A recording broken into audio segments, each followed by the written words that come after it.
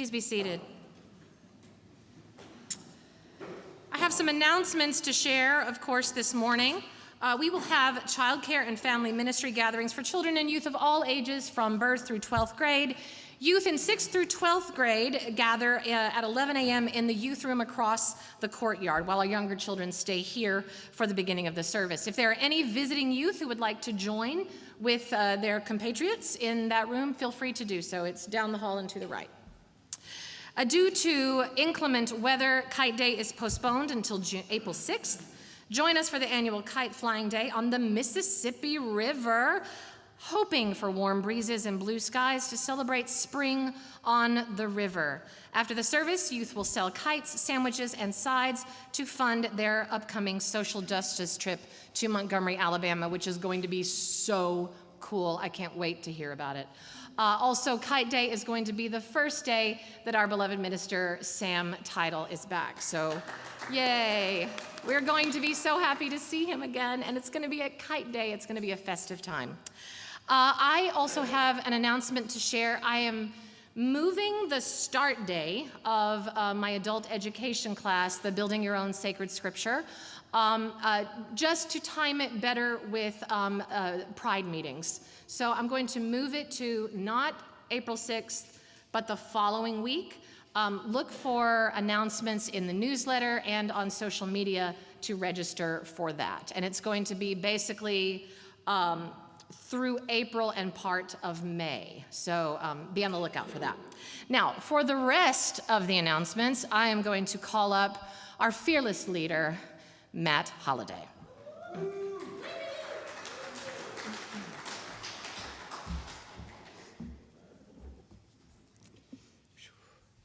Hello, I'm Matt Holliday. I am president of the church, of the board.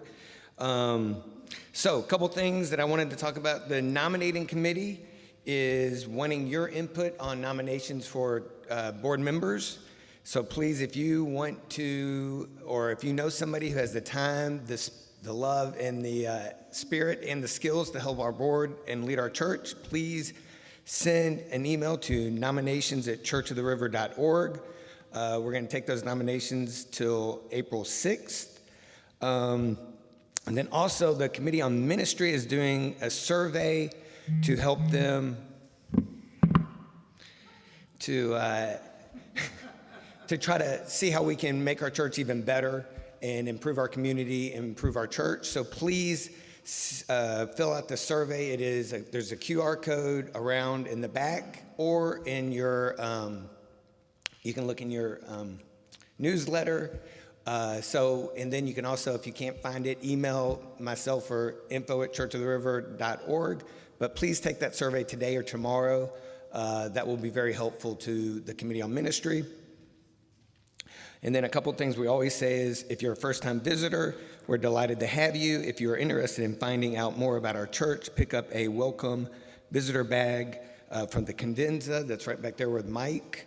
And then also, for more details on these or other Church of the River events and activities, scan the announcement QR code in your order of service or email info@churchoftheriver.org, and subscribe to our weekly mailing list and follow us on Facebook, Instagram, YouTube, and TikTok or Blue Sky.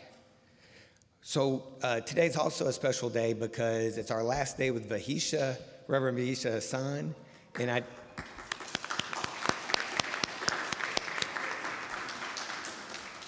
So I just want to thank her for being our interim while Reverend Sam is on sabbatical. And as we just applauded a second ago, next week, Reverend Sam will be back.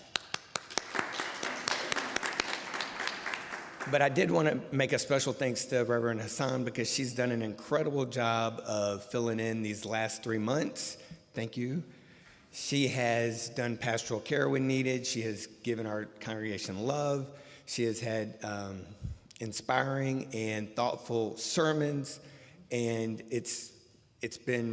she's been so helpful with the staff and then also working with the board.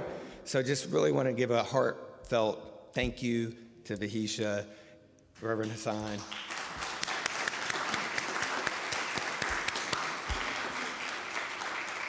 And please come back and visit and next time please come back and fill in next time. Thank you so much. So that's all I want to say. We will begin our service. Thank y'all.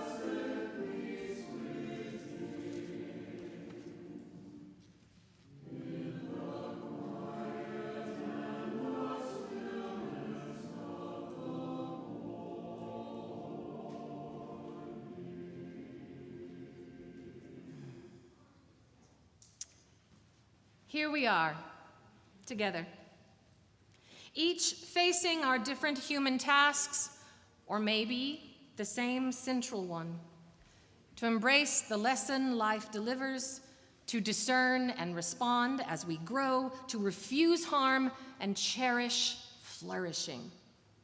May we know ourselves as vessels of infinite possibility, holders of each other's heartache and joys alike, weavers of one story in which each of us have our part. Come, let us consider spirit now as we worship together. I invite you to join me in reading the words of our chalice lighting, which are printed in your order of service. We light this chalice for the challenge of freedom, the goal of equality, and the warmth of community. May all who gather here offer and find the blessings of acceptance, loving kindness, and a grateful heart. And now I invite you to rise as willing and able for hymn number 299, Make Channels for the Streams of Love.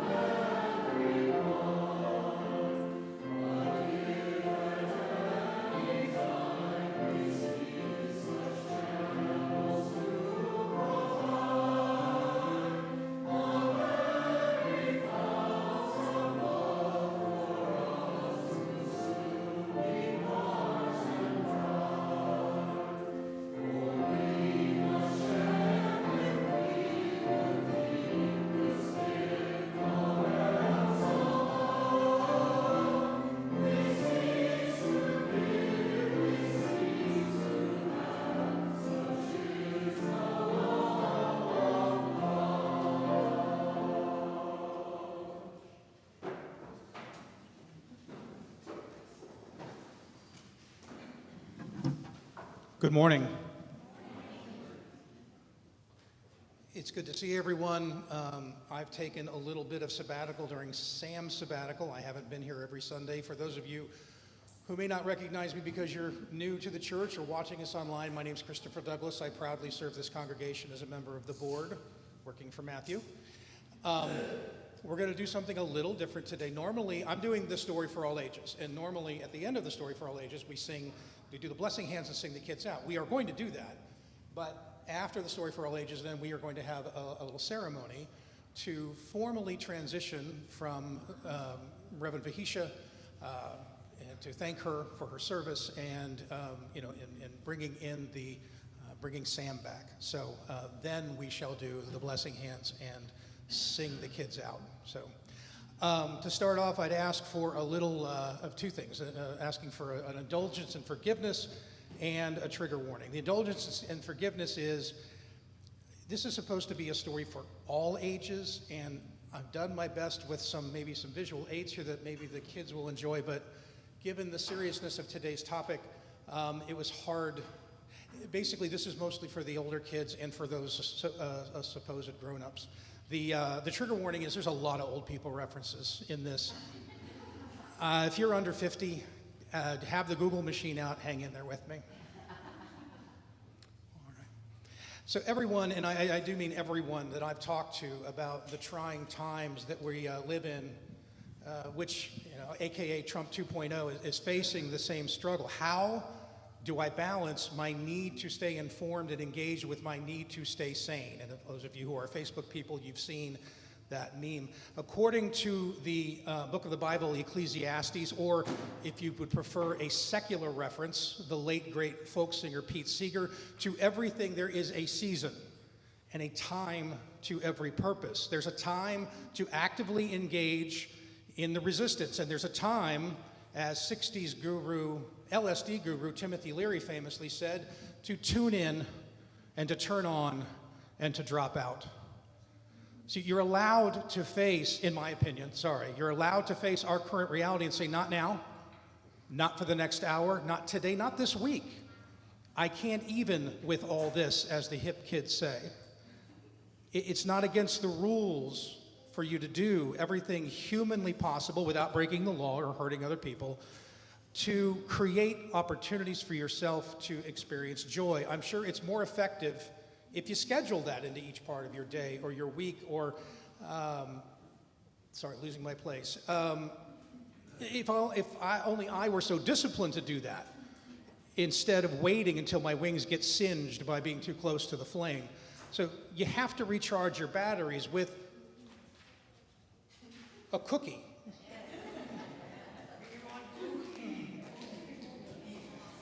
Or dumb reality TV, or dinner and cocktails with your friends, or by getting out your Yoko Ono records.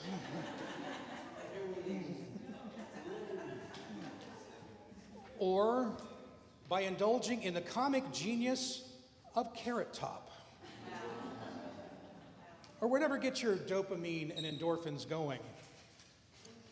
This doesn't make you less of an SJW, a social justice warrior. That's a term I heard Rosemary, Sam's godmother, use in our pulpit for the first time. It makes you a more effective social justice warrior. It staves off the burnout and the despair. Another frustration and conundrum, which I think we're all dealing with, is you're asking yourself,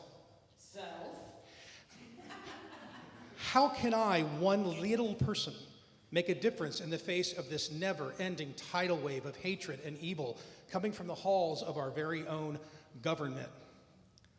Mother Teresa was a nun who founded the Missionaries of Charity, a religious congregation that was initially dedicated to serving the poorest of the poor in the slums of Calcutta, India. She was born in 1910 and passed away in 1997. I just wanted to put that context in there for any of the folks who here or watching who don't know who she is or was. Over the decades, this effort grew to operate in over 133 countries with more than 4,500 nuns managing homes for those dying from HIV/AIDS, leprosy, tuberculosis, as well as running soup kitchens, dispensaries, mobile clinics, orphanages, and schools. That continues and grows today. The woman who accomplished all of that said this: never worry about numbers. Help one person at a time, and always start with the person nearest you. I volunteer at the Church Health Center in Crosstown. I'm not looking for a pat on the back for any of this. I'm just going to share with you what I have been doing to engage in the struggle. I volunteer at the Church Health Center in Crosstown and Friends for Life.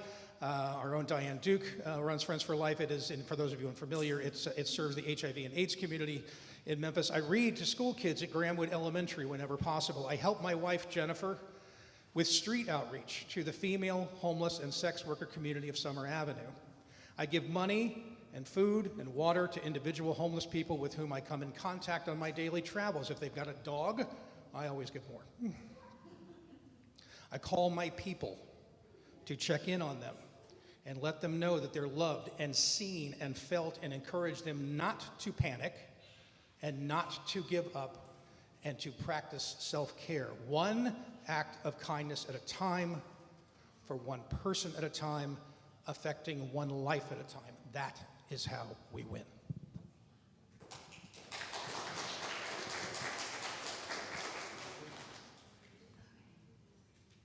Reverend Vahisha, will you join us up here?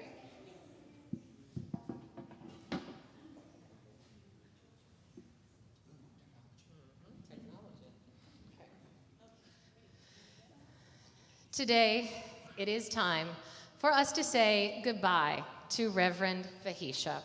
As her time as our minister during SAM, I read that wrong.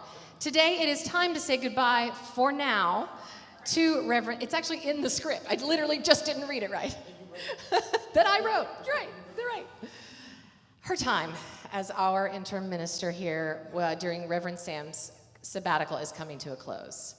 She has carried the mantle of leadership during this time with grace and compassion, and we have grown from her ministry. As a representative of the staff, please know that we have each loved our time doing the ministry of church and community care with you.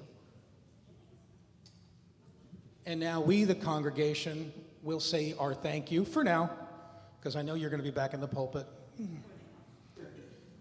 And our thanks, and give you our thanks. So please repeat after me. We are deeply grateful for your leadership and care. We honor the ways you have nurtured and guided this community.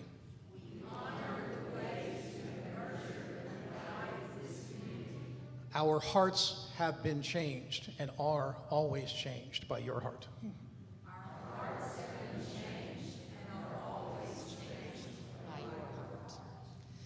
Reverend Vahisha, you will always have a place in the hearts and minds of this congregation. Even when you are gone, you will be with us because of what you have meant to us. Soon, Reverend Sam will once again be taking up the mantle of the leadership of this church, and we will bless you as you leave this time with us. We hold in the same hand our joy in Reverend Sam's return and our sadness at your, for now, leaving. Life is often about holding two conflicting things at once, and we feel that profoundly today.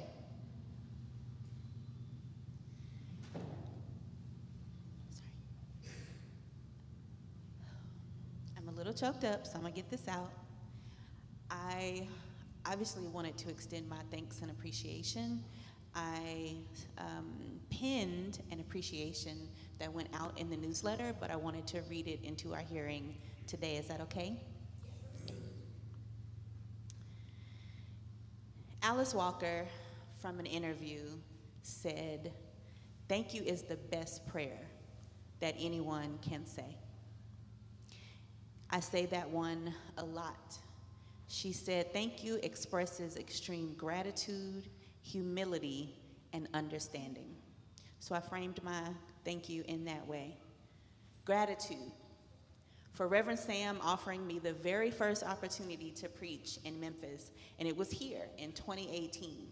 In case you don't know, I went all through seminary and was like, I am not preaching. I did not come here to preach. I have no intentions of preach. Don't even start to nothing. And they were all like, oh, okay, well, what'd you come for? And I was like, because I wanted a non-male version of getting these scriptures. Like, I just found out stuff was written in another language. It was a whole thing.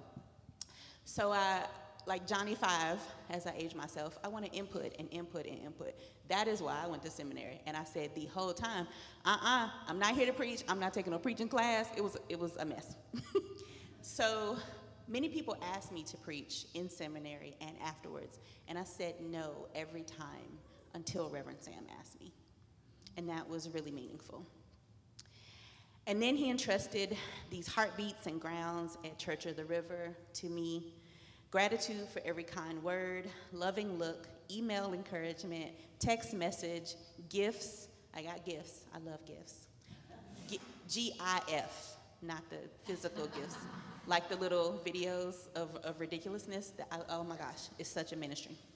Spontaneous sharing and singing of songs, sermon impact and feedback, dance breaks that actually happened, laughter and hugs from Church of the River members and friends, for sharing your stories, celebrating and crying with me, introducing me to your family and especially your adorable kiddos, oh my goodness, for trusting me with your dreams, goals, fears, losses, and needs in good and hard times. Thank you, Church of the River. For humility, for Debbie, James, Jessica, Monica, Chris, Kaya, Andrew, Matt, the board and the care team, who patiently oriented me to the culture and spirit of this sacred space, for guiding me through the times I did not get the things correct. I was late on something or long-winded, it's kind of my jam, and very, very, very attached to documents and spreadsheets. For being curious rather than judgmental, for seeking and finding pathways forward together, for hearing my heart in my person-centered advocacy and receiving my myriad of questions. I ask so many questions, y'all, with such grace. Thank you, Church of the River. For understanding, for crossing the divides of difference and seeking to hold ourselves, each other, and this world by the measures of wellness, resistance, love, joy, and freedom during tender times with very fierce hearts. For holding me in my humanity when I was either not fully grounded or not available to be my best self. For receiving who I am and who I am not. And for an abyss of support during my temporary and precious shared time together. With my whole heart, I say, thank you, Church of the River.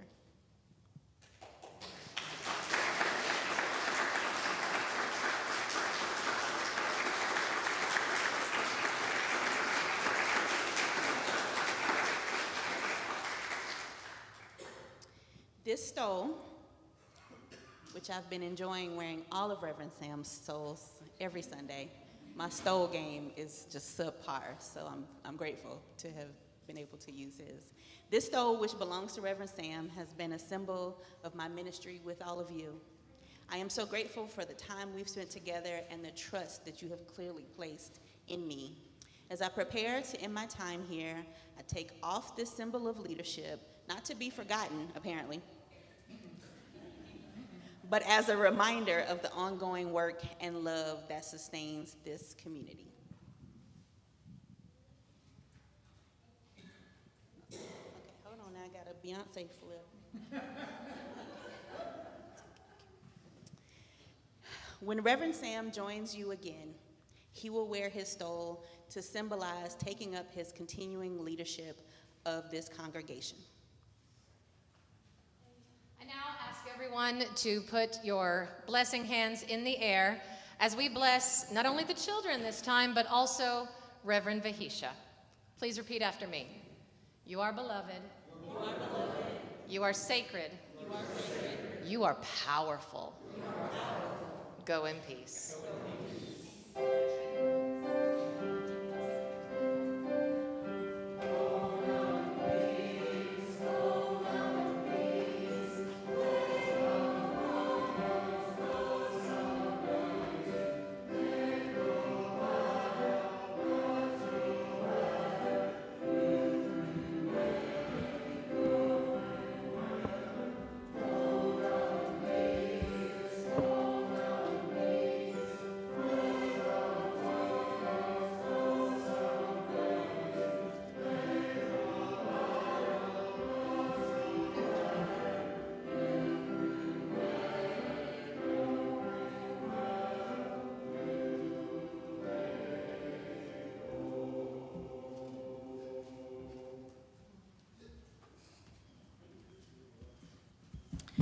I stand here stoleless before you.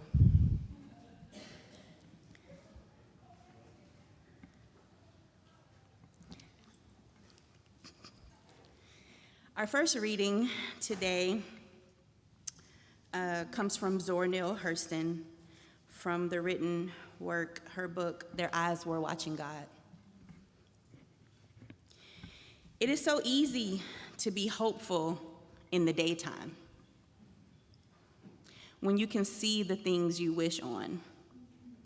But it was night. It stayed night. Night was striding across nothingness with the whole world round in his hands. They sat in company with the others in other shanties, their eyes straining against cruel walls and their souls asking if he meant to measure their puny might against his. They seemed to be staring at the dark, but their eyes were watching God.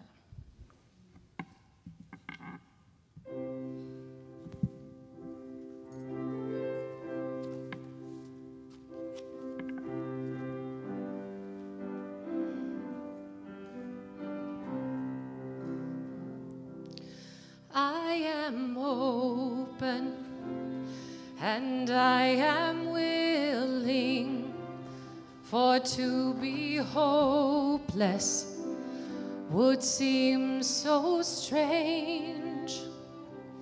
It dishonors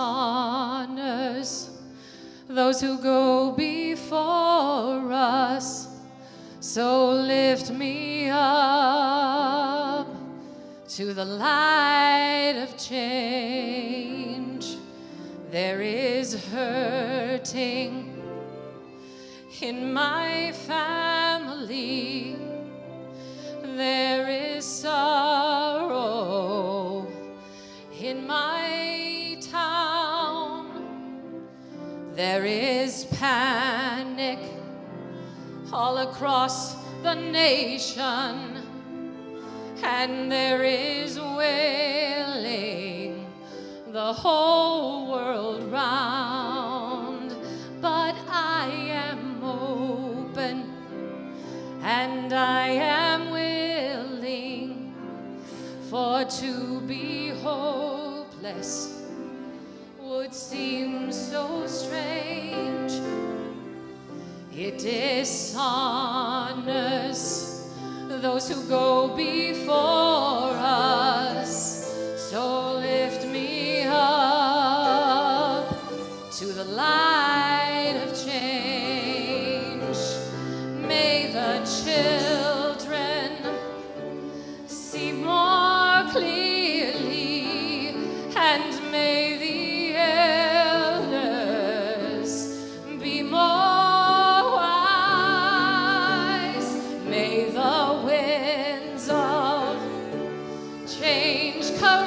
Us, even though it burns our eyes. But I am open and I am willing, for to be hopeless would seem so strange. It dishonors those who go before us, so lift me up to the light of change. Give me a mighty oak to hold my confusion, and give me a desert to hold my fears. Give me a sunset to hold my wonder, and give me an ocean to hold my tears. But I am open and I am willing, for to be hopeless would seem so strange. It dishonors those who go before us, so lift me up to the light of change.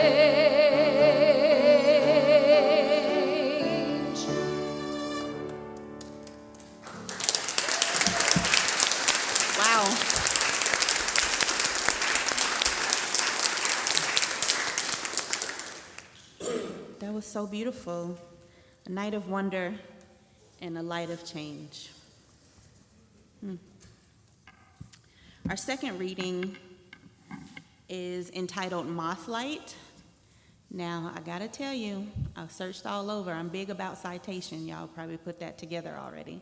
And I couldn't find a source from this, and the only tag I could find was that it might have been AI. So AI is writing poetry out here, so just prepare yourself.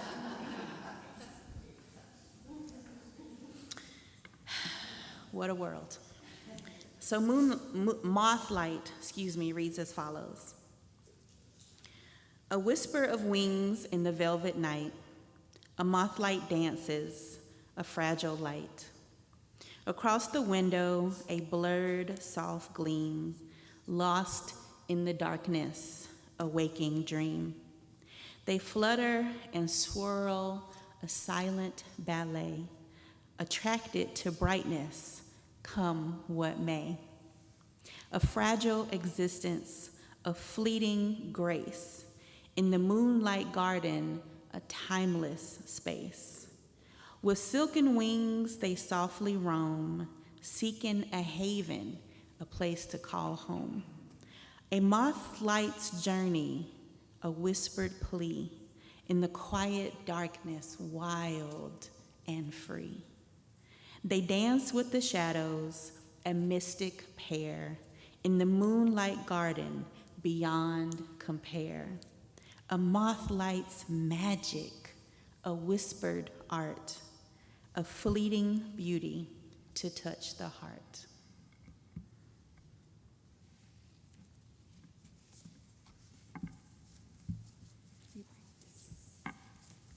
Monica is coming for prayer.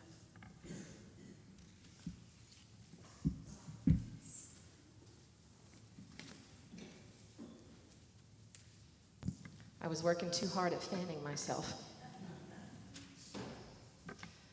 So we are going to be doing our time of prayer today, but before we do,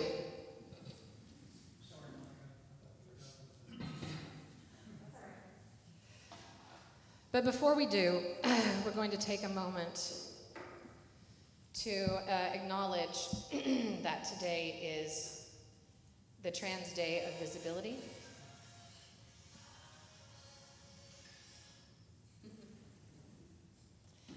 And so we're going to do a little bit of a prayer of action and solidarity for the Trans Day of Visibility. Hold on, what is it? Hold on, sorry. Technology!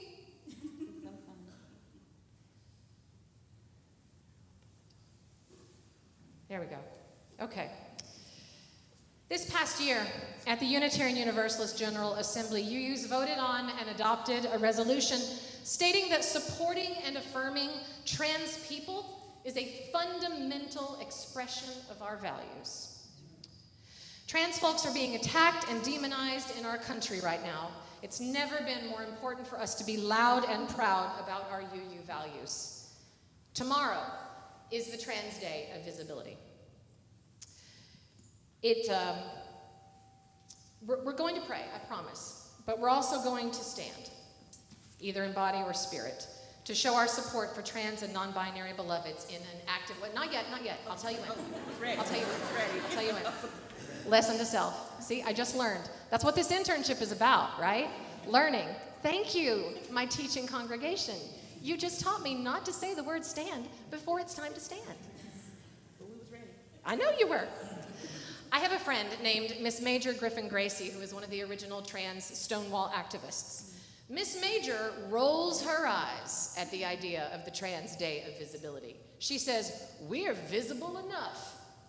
And then she says something that I can't repeat in church, but after that, she says, "We need you to be visible for us." So here's what we're going to do. We're going to have a moment of visibility for trans and non-binary people, some of whom are members of this congregation. So first, I'd like to invite any family or close beloved friends, the loved ones of trans or non-binary people. Will you please stand now in support of these folks? I am standing. These are beloved family, and friends of trans or non-binary people. And now the rest of the congregation, if you would like to rise in body or spirit to show your support, even if they're not your close loved ones, I invite you now to stand. Trans people are an expression of the divine, and they should be loved and affirmed as they are. We see you, trans and non-binary beloveds. We will be as visible as we can in our support and love of you, not only in this space, but in the world. And now, if you would like to symbolize your support, your visibility in support of trans and non-binary people, just simply say, I will. I will. Please be seated. And now I will offer a prayer written by M. Jade Kaiser, a non-binary minister and theologian. Creative Spirit, holy momentum, ever transitioning one, do you hold the prayers of trans people close like the embrace of someone who understands, a source of support, of comfort, of hope? We share this joy, you and us, taking on new forms that life might thrive, shedding what no longer fits, it never did. Struggles we share too, religious beliefs that confine being and becoming, enduring acts of violence born from fear and fueled by power. Though we often endure too much too long, how burdensome is your lot, O Divine One. Centuries pass, and still so few who claim to love you believe you are who you say you are, calling you an excuse for bigotry when you are a river of love. Do all the theologies of hate and songs of Sunday apathy land on your ears like a dead name? Something given to you that you never asked for and just won't go away? Do you wince each time a prayer ascends to Him? Because more than anything, you know what that means to do is distance you from the likes of her or them. When you stretch out your arms as the embrace of a gentle man, or kick out your feet as the dance of a woman, or run wild in open fields through every genderless or gender-abundant or non-binary kiddo loving their flesh, do you take delight in every fit, finding a spot of home in every body? The glory of your multiplicity cannot be hidden away. We may be a long way from safety yet, but your mercies are new every morning, and with each day dawns new possibilities of sacred transition into a world more fitting for everyone. May your blessing be upon all your trans beloveds. Take pleasure in us, your stunning incarnations. And as we care for each other, may the God we practice be a comfort and a strength. Amen. So may it be, so may we become. And now I invite you to take a moment of silence to honor the prayers of your own heart.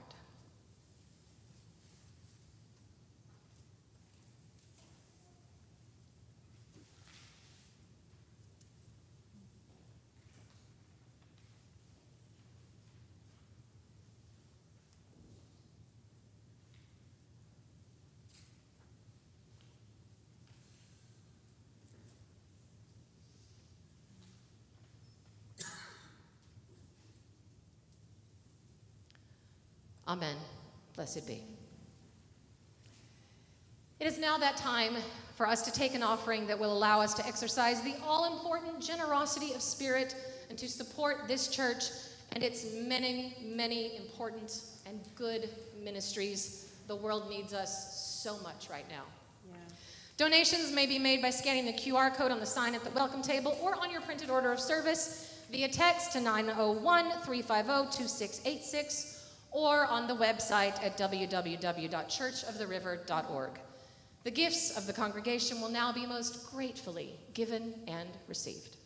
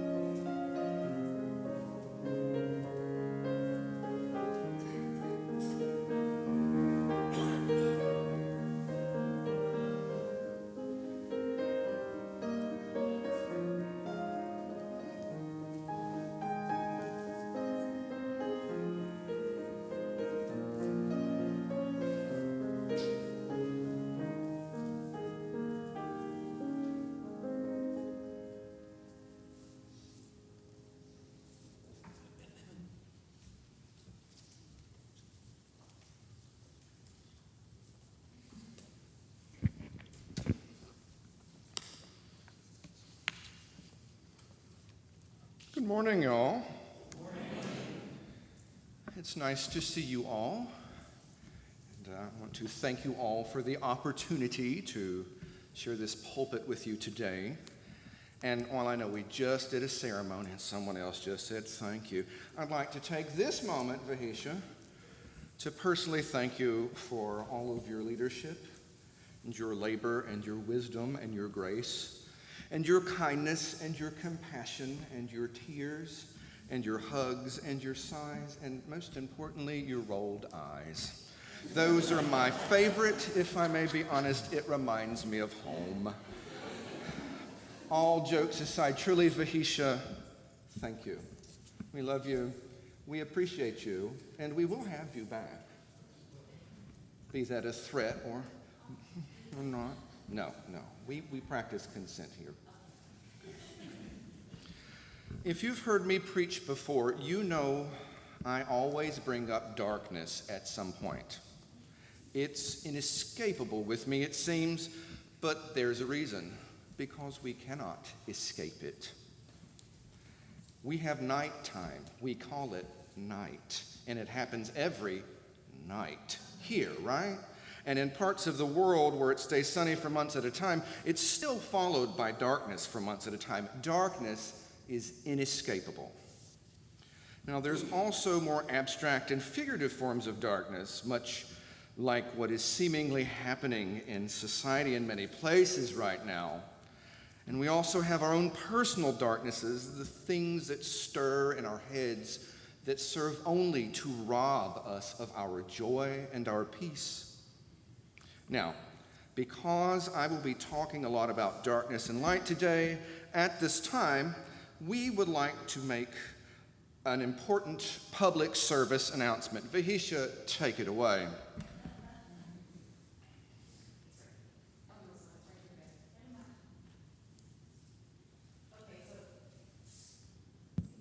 As a staff, we just have really great communication. And when we were talking about the sermon, one of the things I just said as an aside was, on behalf of the darker people in the world, on behalf of, cannot speak for all of us, but on behalf of the darker people in the world, darkness is not just negative. And it's also not just negative space, right? So even as we use brilliant and beautiful metaphors to frame what we are experiencing in our world, it feels vital and important that we balance our hearts just as much as nature is balanced. So there is light for a reason, and it is not all positive. And there is darkness for a reason, and it is not all negative. So as we use language, I am not saying in any way to take out and negate and silence the ways these metaphors are used. I love a metaphor, y'all. But I am asking you to expand, as I'm always asking, for you to expand your contrast of these two things. I want you to seek out the beauty and the power and the meaningness that is in darkness on behalf of the darker people in the world. Thank you. Thank you, Vahisha. On top of that, I would like to add, at no point in my talking of darkness and light am I talking about skin color. People that are heavily melanated have been maligned because people are afraid of the dark. Therefore, people who are dark are something to be feared. That is a lie. That is not what I'm talking about, and I want to be exactingly clear on that. Now, that seriousness aside, the opposite of darkness is often considered light. Whether we are talking literally or figuratively, for many people and creatures, literal darkness is scary. Do you know people afraid of the dark? I know I certainly do. Much is true for figurative darkness, of course. For those scared in the dark, seeing a light off in the distance can often bring feelings of hope or chance. For those scared in the dark, they have a feeling that that light may be their salvation. We have centuries of tales, anecdotes, poems, and stories of things in darkness being drawn to light. Now, I'm a huge fan of mythologies of all sorts. Nerd alert. Incoming lesson. Ignis fatuus, or as folklore more commonly refers to them, will-o'-the-wisps, are one such example. Imagine, if you will, let's take a moment. You're out alone in the forest at night, in darkness black as pitch, and you see colorful dancing lights off in the distance, the only visible light because you don't have your phone on you because, of course, this is a horror film. Only to follow those lights with them seeming to always recede away from you, and you end up in waist-deep water, leech-filled, because you're in a marsh or a bog. What fun, right? Well, that's basically the gist of many stories of will-o'-the-wisp and ignis fatuus, which folklore attributes to spirits or malevolent demons across the globe. Some more nerdery for you. The term jack-o'-lantern came from the will-o'-the-wisp. That was a term for it long before it was attributed to the pumpkins we carve. Ignis fatuus in Latin means foolish light.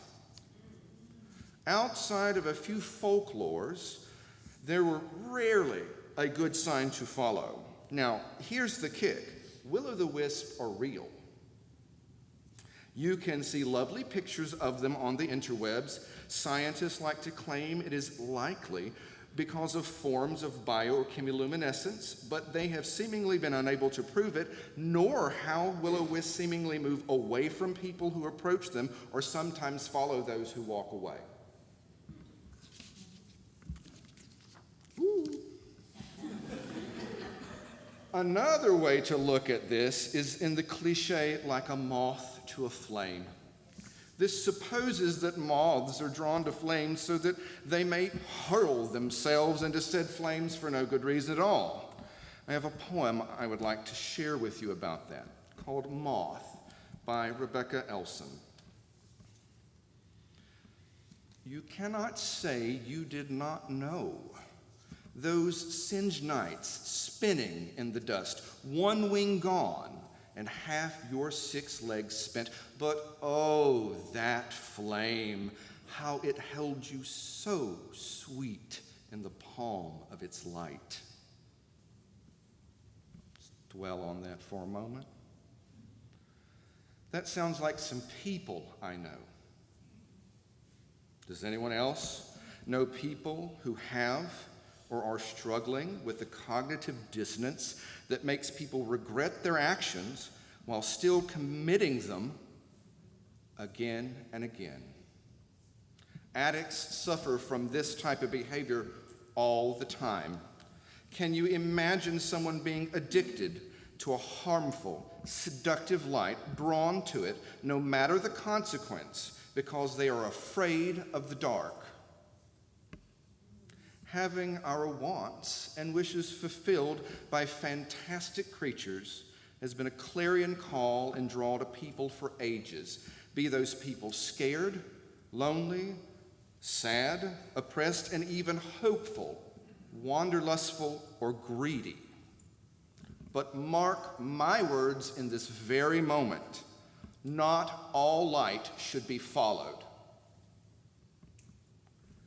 Sometimes those lights know you are in darkness. Those lights prey upon curiosity and fear, be they Greek sirens drawing sailors to the ocean depths, Pied Pipers absconding rats and children, soul-stealing succubi, or even the people in our society who try to lie to us and tell us that their hate is actually love.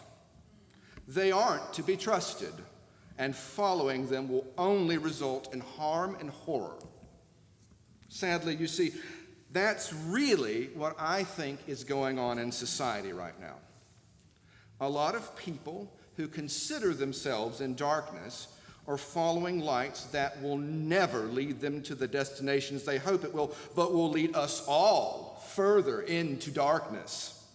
I refuse, however, to believe that all of those people are purposely malign or evil. I consider them more like actual moths. Now, hear me out.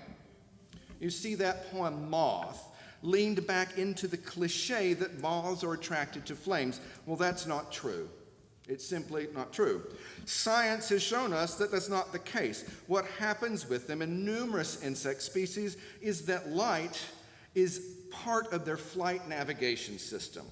When they're flying at night and pass by a light source close by, they instinctively tilt their backs toward that light, which throws off their trajectory and their ability to navigate from it, away from it, making them end up doing all sorts of odd maneuvers, including accidentally hitting the light source. It's very difficult for them to right their flying enough to escape. Their biology is set up to tilt their backs in the direction of the brightest light source for navigation. Their biology was not meant for a world of artificial lights. The sun or moon overhead was meant to be their guiding light above them so that their backs stayed pointed up towards the sky and they remained in the air and not crashing into things. So at night, you're not seeing critters attracted to the light as much as they are haplessly trapped by it once they got too close. Sound familiar to anyone? That's coincidentally also how cults work. Once you get too close, it's very difficult to get away, even if you want to. Our world was not made for these artificial lights, literally or figuratively. We were meant to experience darkness and dwell there, thrive even until light. Much like not all lights are meant to be followed, not all darkness has to be scary. Nighttime, midnight especially, is my favorite part of the day, and it's always been. Literal darkness does not scare me. I find it comforting.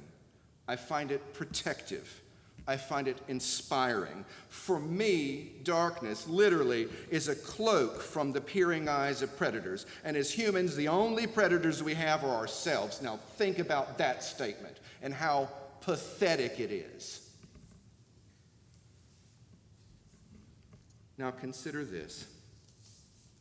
In order to survive in darkness, we have to change our perspective and our relationship with darkness in order to thrive until the light returns.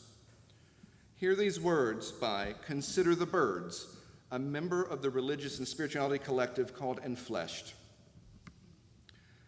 What if this season asks us to enter the dark differently this year? To recognize how our obsession with the light has become something violent and misleading. In the most literal sense, every year, millions of birds struggle to safely migrate because of all of our artificial lights. Well, what if this season asks us to enter the dark differently this year? Truly, I tell you all that this season is asking us, demanding us even, to enter the dark differently this year. The darkness this year is not the same as it was before. As such, we are going to have to find ways to enter into this darkness differently this year. I want to, but I don't know how, and I'm scared and I feel powerless, I hear people cry. Well, I understand, I'm scared too, but we're not powerless. That's what they want us to believe, because they're liars. There is good news. And there is something you can do. It will not be a panacea, however. It won't be easy. And it won't even feel like it does much of anything at times. But as the mantra a Buddhist monk gave me once for my meditation says, a jug fills drop by drop. You don't have to fix everything all by yourself. If everyone adds their tiny drop, that jug will be filled. You are not alone. Well then, Preacher Jimmy, what is this magic sack of beans I can do to make a difference? The looks on some of your face seem to tell me, well, simple. It's joy. Numerous authors have written about using joy as forms of resistance. And before any of you say anything, because I know some of y'all snarky, you can be joyful and afraid at the same time. They are not mutually exclusive. Thinking they are is voluntarily giving up your joy in advance, which belongs to you and you alone. Resist the urge to give up your joy. It's much harder to get back than it is to give away. Now, here's the thing. I'm not going to gaslight you into thinking that joy alone will solve things. We can go sing happy songs and this world will still march over us. It won't fix things like that. But choosing joy is a most vital form of self-care during dark times, because the opposite of joy, despair, saps the will to resist and in some cases even live. So joy isn't meant to be the decisive factor. Thank you for that. It's meant to be the deciding factor. Joy is fuel. You need fuel to sustain yourself. And you're going to need fuel to sustain yourself now because the upcoming night is long. You're going to need to find your fuel. Do you see where I'm going with this, y'all? Okay, good. Be with me here. On top of that, in these times of darkness, finding, building, and cultivating community will be of utmost importance. If you're not doing something with somebody else, you're not part of the solution. I don't mind stepping on toes. Vahisha and Monica are really nice. I'm not.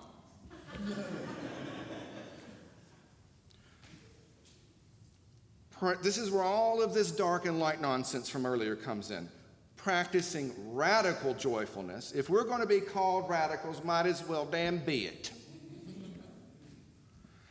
Radical joyfulness, as it is, turns people into beacons of light during dark times. They become nourishing springs to offer succor and replenishment to the weary around them, so that they, too, may become joyful and get back to the necessary work that has to be done. Joy in the face of oppression also becomes a certain armor. You know, the darkness of oppression seeks to tear down.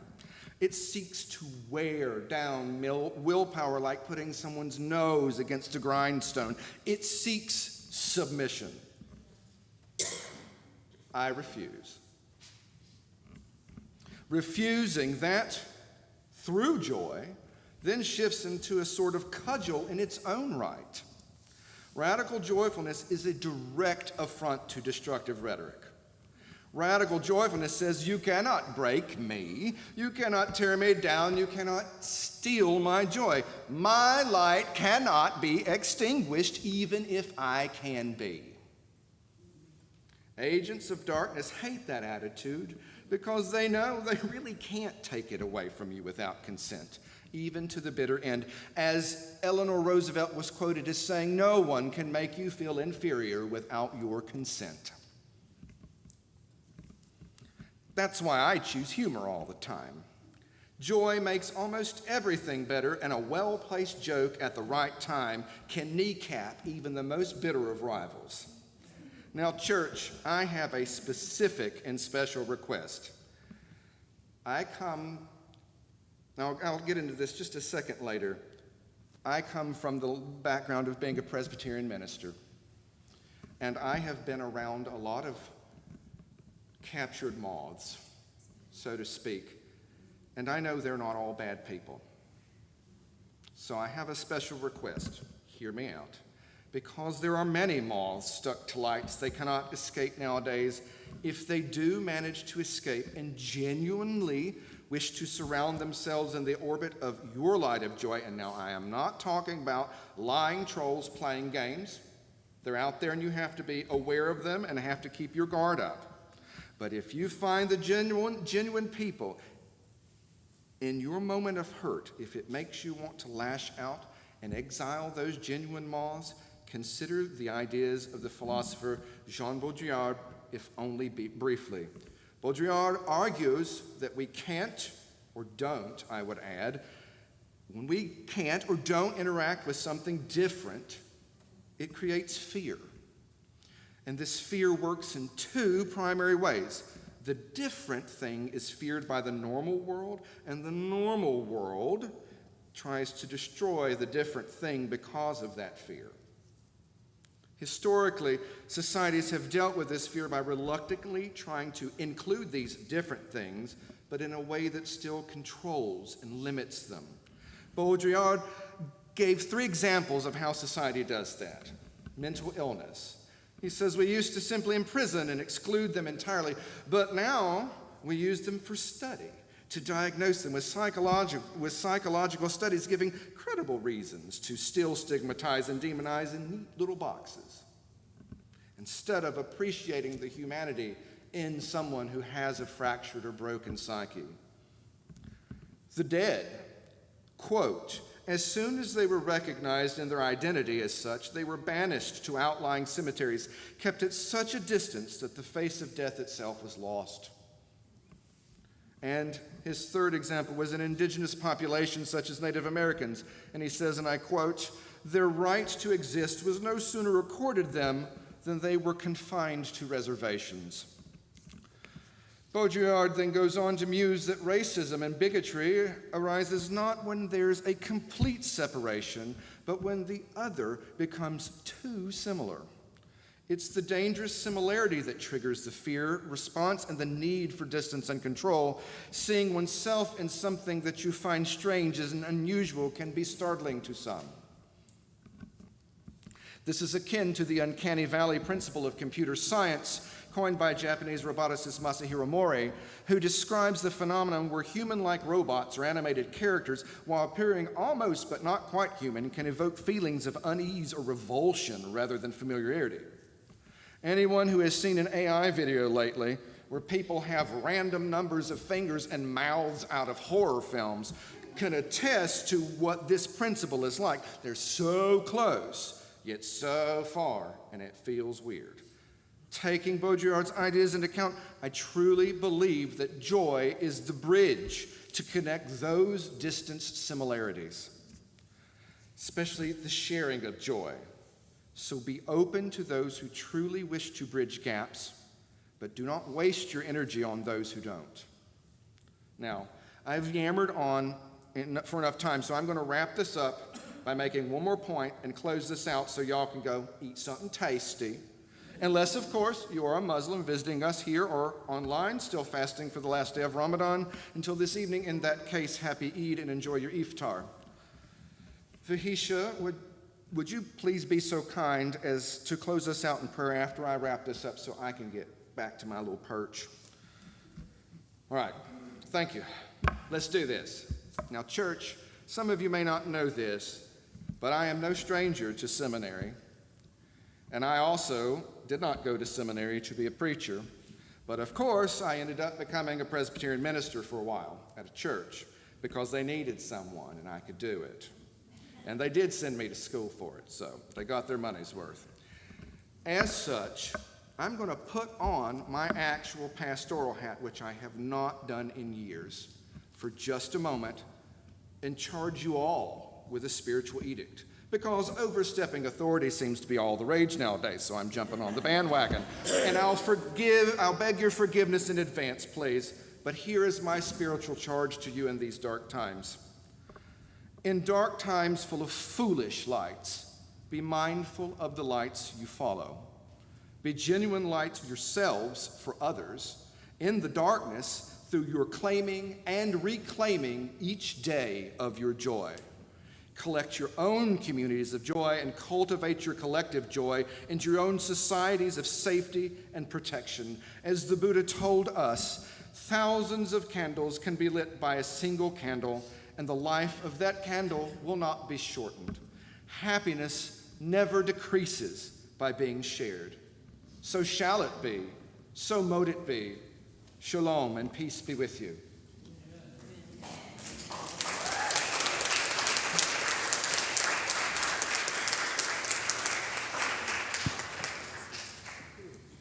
Let us pray together. Thank you to the divine for the darkness that was not meant to be escaped. Thank you today for this invitation to wonder and seek meaning in the darkness, both because nighttime has come and there is more night times coming. Support us in the different ways that we experience darkness in this world. When darkness feels like fear, show us the way. When hope is associated with light, to show us the way. Give us the discernment to know the difference between a light that beckons for good and a light that beckons to burn.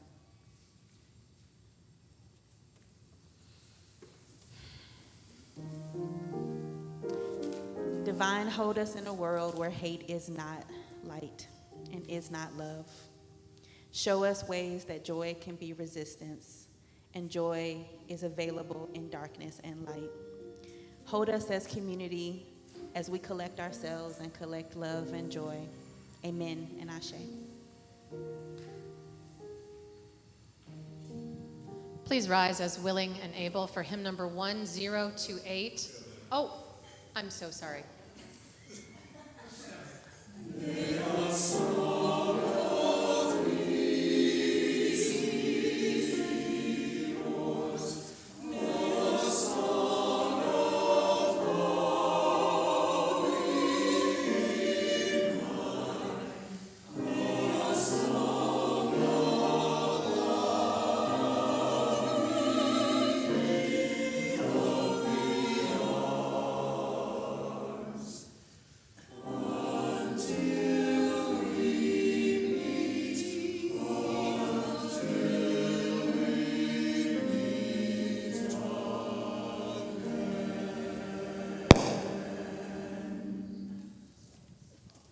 I was just testing you. And now, please rise in body or spirit for my favorite hymn, well, my second favorite hymn, number 1028, The Fire of Commitment.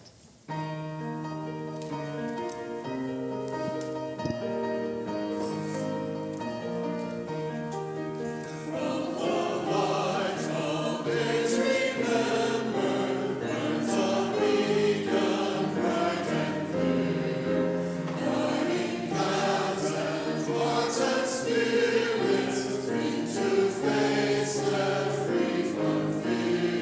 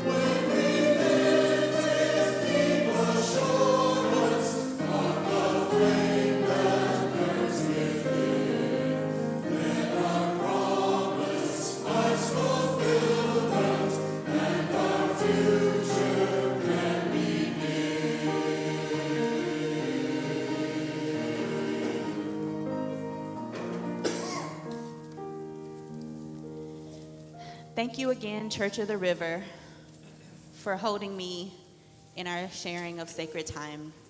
My last benediction going forth for you is to pay attention to your breath. Breathing is not complete until you both inhale and exhale. Is that not right? So, like joy, James told us to collect joy and share joy. So joy is not complete unless you are both taking it in and giving it out. So that is my sending forth to you, is pay attention to the joy of your breath. Go in peace.